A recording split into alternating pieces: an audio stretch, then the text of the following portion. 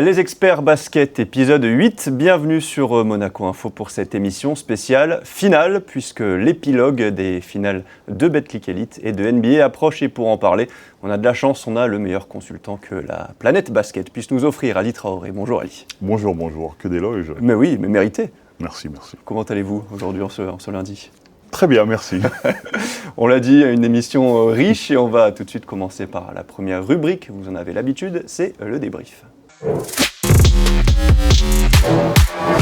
Et on attaque tout de suite par l'Hexagone, les finales du championnat de Betclic Elite. À l'heure où on enregistre cette émission, mon cher Ali, Monaco mène 1-0 face à Boulogne-Levallois grâce à une victoire 87-64 lors du match 1. Une véritable démonstration de la Roca Team qui a entamé de la meilleure des manières, qui a envoyé un vrai signal, est-ce qu'on peut dire ça ? Oui, clairement, c'était un message envoyé à l'adversaire.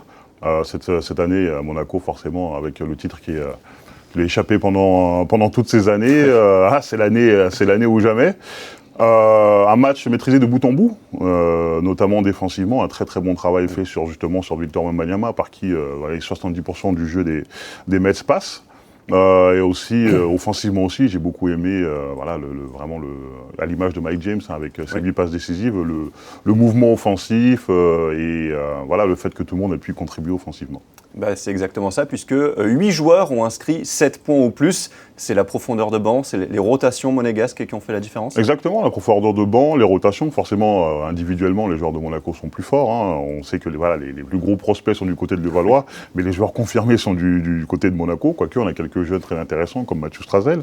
Mais je veux quand même vraiment souligner le fait qu'on a vu une équipe de la Roca Team qui se passait très bien le ballon. Et qui est justement ce qui se traduit par cette statistique avec 8 joueurs qui a pu scorer du côté de Monaco. Vous avez évoqué le fameux numéro 55, Mike James, qui ne laisse personne indifférent. Il était à 7 passes décisives à la mi-temps, 8 au total. On aime le voir dans ce rôle-là de facilitateur et de ne pas forcer quand les tirs rentrent. Oui, de toute façon, toutes les saisons, je l'ai dit, quand Mike James est comme ça, Monaco est inarrêtable. Tout simplement parce qu'avec sa capacité à scorer, que tout le monde, le monde entier sait que c'est un gros scoreur. Talent, forcément. Mais quand il est capable de créer pour ses coéquipiers, et aussi si les coéquipiers mettent les shoots, ça aide aussi, parce que sur ce match-là, de tête, je pense, je dis pas de bêtises, à peu près 47% à 3 points, ça facilite le jeu. Donc quand il est en mode facilitateur comme ça, c'est beaucoup plus simple pour Monaco de gagner un match. Je vais vous donner une ligne de stats, vous devez me trouver le joueur. 9 points, 4 rebonds, 2 passes, 2 interceptions. Sur le papier, c'est pas incroyable, mais il est hyper important encore. C'est notre joueur préféré. John Brown. Voilà. Johnny B, JB, Johnny Cash. John Brown, moi je suis fan. Si je devrais avoir un maillot d'un joueur cette année, je pense que ce serait lui, le double 0. J'ai compris le message, ne vous inquiétez pas. Parce que son impact ne pas se traduire par les statistiques. Vraiment, c'est le roi des intangibles. C'est quelqu'un qui fait un travail mais absolument monstrueux défensivement sur Wembanyama, on l'a dit. Sur le fait, défensivement, il est partout. On dirait qu'il y a 3 John Brown sur le terrain. Et c'est un joueur mais fondamental pour cette équipe. J'ai même envie de dire que c'est le joueur le plus important de cette équipe. Je suis d'accord avec vous, puisqu'il a écœuré Victor Wembanyama toute la saison. Clairement. On a parlé des stats incroyables, notamment au trophée LNB où il a tout raflé. 8 points, c'est trop bon hier pour Victor Wembanyama à cause de John Brown. Clairement, c'est le pire match-up possible pour Wembanyama, vraiment. Parce qu'on a un joueur qui est peut-être plus petit, mais qui est extrêmement vite, qui est costaud, qui le gêne sur toutes les prises de position. Et honnêtement, parce que je sais qu'il y en a qui sont en train de se moquer de Wembanyama en disant oui, quand ce sera en NBA, mais en NBA, il n'y a pas un joueur qui défend. Ça défend pas comme ça, ouais. Il n'y a pas un joueur qui défend comme John Brown en NBA. Donc je peux vous dire que son pire ennemi actuellement là au monde, il a un double 0, il a des lunettes, il s'appelle John Brown. Un mot aussi, ça nous a fait plaisir quand on a commenté le match ensemble sur la prestation d'Armel Traoré. 15 points en 16 minutes, une grosse activité au rebond pour ce jeune joueur avec qui vous partagez ce grand nom de famille. Effectivement, ce patronyme légendaire. Et il a été excellent et il a confirmé ce qu'il a commencé à montrer lorsqu'il évolue à Monaco. Oui, bien sûr. Je pense que le potentiel d'Armel Traoré n'a jamais été en question. Mais c'était vraiment le fait qu'il soit prêt à évoluer comme une équipe comme Monaco. Je pense que de descendre un peu d'un étage pour avoir du temps de jeu et vraiment apprendre à jouer le basket de très haut niveau, ça ne peut que lui être bénéfique. Et ce dernier match, il a montré à quel point il avait un potentiel monstrueux.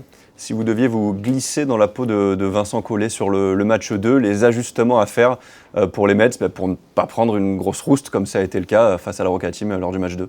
Déjà, respectez moins la Roca Team, parce que moi je pense que les joueurs de Levallois étaient un petit peu impressionnés. Le seul qui n'a pas respecté l'adversaire, c'est Armel Traoré, clairement, parce qu'il mettait des coups dans tous les sens. Mais déjà, respectez moins l'adversaire, se dire que voilà, vous êtes en finale, vous êtes légitime, vous êtes quand même la deuxième meilleure équipe du championnat. Et aussi mettre des shoots, trouver une façon de trouver... d'avoir un flow offensif différent que d'habitude. On sait que tous les ballons passent par Wembanyama. Cette fois-ci, essayer de faire passer le ballon dans d'autres mains et ensuite mettre des shoots. Parce que s'ils ne mettent pas de shoot, la Roca Team maîtrise la raquette. Donc ça va être très très compliqué. 43-30, c'était les statistiques au rebond en faveur de Monaco. Il y a aussi ce 3 sur 16 à 3 points pour les Mets. Voilà ce qui a fait la différence. Lors du match 1, on passe tout de suite au point d'Ali. Le point d'Ali, on traverse l'Atlantique, on a évoqué les finales de Betclic Elite, on va évoquer les finales NBA où Denver est en passe de remporter un titre grâce notamment à Nikola Jokic, ce joueur on va dire assez incroyable, 24 points et demi de moyenne, 11,8 rebonds et 9,8 passes décisives de moyenne sur la saison régulière. Il était dans la conversation pour obtenir un nouveau titre de MVP finalement qui a été donné à votre protégé Joel Embiid. Scandaleux. C'est un joueur qui va pas vite, un joueur qui saute pas haut, mais un joueur tellement intelligent sur le terrain et ça fait plaisir dans cette NBA surathlétique où maintenant on survend les qualités de dunk, etc., de voir un joueur comme ça dominer. Moi, ça me fait plaisir parce que j'ai été quand même élevé, entre guillemets, au basket de l'ex-Yougoslavie. Donc c'est un basket un peu moins spectaculaire, mais diablement efficace. Ça prouve que le basket, c'est un jeu. Et qu'un joueur qui forcément n'a pas les qualités athlétiques de fou, après il a d'autres qualités, il est très grand, il a des très longs bras, mais un vrai joueur dans le sens où c'est quelqu'un qui a le talent, qui a le sens du ballon, qui sait quoi faire de ses 10 doigts, un peu dominer la meilleure ligue au monde. Donc pour moi c'est un très très bel exemple. Alors c'est pas le plus de l'amour, c'est pas celui qui va vendre le plus de chaussures, comme l'a pu le dire un joueur, Gilbert Arenas, mais c'est quelqu'un qui pour les puristes du basket fait vraiment plaisir à voir. Ce bon vieux Gilbert qui cachait des armes dans le vestiaire. Exactement. Denver, une équipe anti-star avec Jamal Murray, Michael Porter Jr.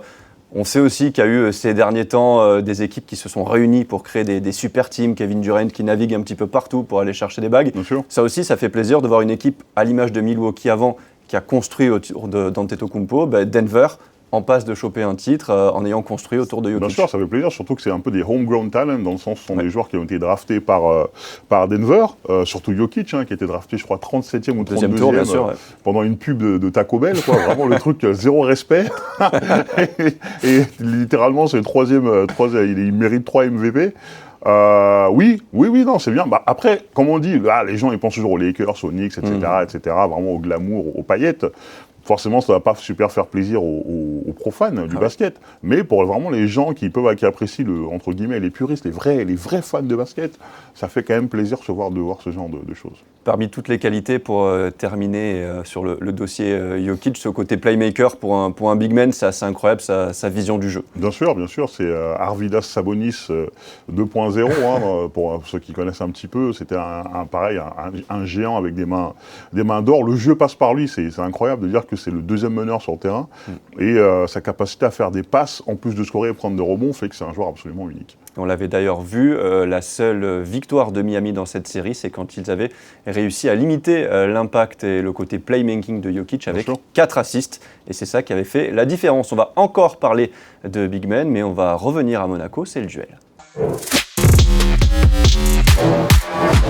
Dernière rubrique de cette émission, Ali, le duel lors de ces playoffs. Monaco, on le sait, dans ces fameuses rotations, doit à chaque fois laisser 2 Américains, 2 étrangers sur le flanc. Souvent, ce sont Chima Moneke et Dante Hall qui n'ont joué que 2 matchs de playoffs. On le sait, en face, l'arme numéro 1 sur ces finales face aux Mets, c'est Victor Wembanyama.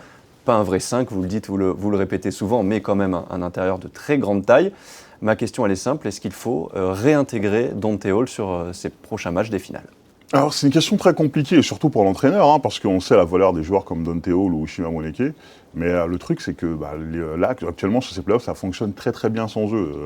Les meilleurs matchs de la Roca Team ont été souvent quand c'était Donatas Motiejunas, son seul pivot, et ensuite John Brown et Blossom Game et Makundu qui qui font un petit peu le relais. Donc du coup, moi j'ai envie de dire, les réintégrés, ils n'ont pas été écartés. Bien sûr. Voilà, c'est un choix du coach par rapport à l'effectif pléthorique de la Roca Team. Mais donc moi j'ai envie de dire non, dans le sens où ça fonctionne très bien comme ça. Donc je sais que pour eux c'est super dur à gérer, dans le sens où ce sont des joueurs, ils veulent jouer, hein, forcément, ils veulent participer au titre, qui arrivera, à n'en pas douter. mais après, malheureusement, il va falloir sacrifier quelqu'un, et malheureusement j'ai l'impression que ce sera Don Théo et Shima Moneke. Parce que Victor Wembanyama, sans doute, ne fera pas que des matchs à 8 points, 7 rebonds. Il va se réveiller. Est-ce que voilà, on n'aurait pas besoin d'un Dante Hall pour mettre un petit peu de viande dans la raquette, faire des fautes et matcher aussi cette verticalité? Parce que Motiejunas, on le répète souvent, c'est le grand chêne lituanien. Il est au sol, il a des appuis de fou. Mais s'il faut aller chercher en hauteur la verticalité, il ne peut pas matcher Wembanyama. Ce que j'allais dire, sur la verticalité, effectivement, Dante et Shima, ils peuvent clairement apporter quelque chose. Mais comme je l'ai dit, comme on l'a vu sur le match 1, on leur compte la série contre Bourg-en-Bresse, Donatas Motiejunas, qui n'a pas eu autant de ballons que sur les demi-finales, il a détruit la raquette adverse. Donc moi, je suis quand même partisan du fait de garder la recette qui marche. Après, je pense que Sasha Obradovic va forcément les intégrer sur certains matchs pour quand même qu'ils participent un peu. Mais là, pour moi, la meilleure équipe de la Roca Team actuellement, c'est l'équipe qu'on a pu voir en match 1. Et on verra si ça va être le cas aussi lundi soir lors du match 2. Merci beaucoup Ali d'avoir été avec nous. Un plaisir comme d'habitude pour les experts basket. Merci à vous. Et nous on se retrouve une prochaine fois pour terminer de débriefer cette longue saison pour la Roca Team avec, on espère enfin, un titre de champion de France.